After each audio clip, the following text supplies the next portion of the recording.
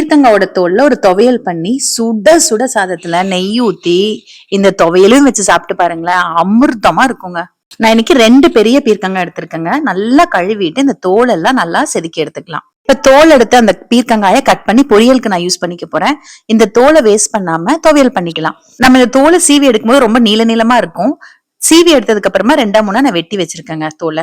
ஒரு கடாயில எண்ணெய் ஊத்தாம நல்ல ஒரு கையளவுக்கு வெள்ளை உளுந்து பருப்பு, உங்ககிட்ட கருப்பு உளுந்து இருந்தாலும் யூஸ் பண்ணிக்கோங்க.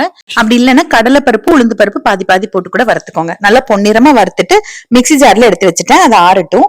அதே கடாயில 2 ஸ்பூன் எண்ணெய் ஊத்திட்டு கொஞ்சம் சின்ன வெங்காயம், சின்னதா இருக்கிறதுனால 5 வரமிளகா எடுத்திருக்கேன், பெருசா இருந்தா 3 போதும்.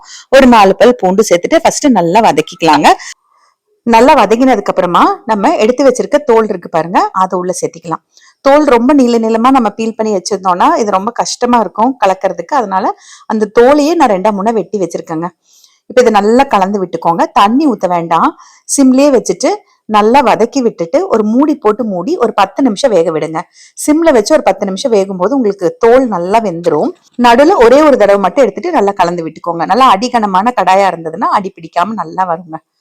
இப்போ சிம்ல 10 நிமிஷம் வச்சு எடுத்தாச்சு. நல்லா வெந்துருச்சு. ஆஃப் பண்ணிட்டு ஒரு துண்டு புளி, ஒரு கைப்பிடி அளவுக்கு தேங்காய், கூட ஒரு 3/4 ஸ்பூன் அளவுக்கு கல்லுப்பும் சேர்த்துட்டு மிக்ஸ் பண்ணிட்டு அப்படியே விட்டுருங்க.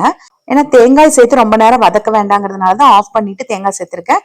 அப்படியே அந்த சூடுலயே கொஞ்ச நேரம் இருந்தாவே போதுங்க. அதுவும் இது இரும்பு கடாயின்றதுனால ரொம்ப நேரம் சூடா இருக்கும்.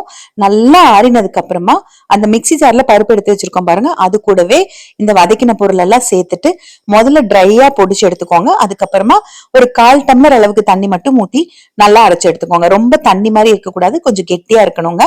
கல்லுல அரைச்சா நல்லா இருக்கும், ஆனா மிக்சிலேயே அரைச்சுக்கலாம். அவ்வளவுதாங்க. இது தாளிக்கெல்லாம் தேவையில்லை. சாதத்தோட பிசைஞ்சு சாப்பிட்றதுக்கு சூப்பரா இருக்குங்க. இது இட்லி தோசைக்கு கூட ரொம்ப நல்லா இருக்குங்க. அவ்வளவுதாங்க. பீர்க்கங்காய் இருந்ததுன்னா தோலை சட்னி பண்ணிட்டு காய பொரியல் பண்ணிட்டா லஞ்ச் ரெடி ஆயிருங்க.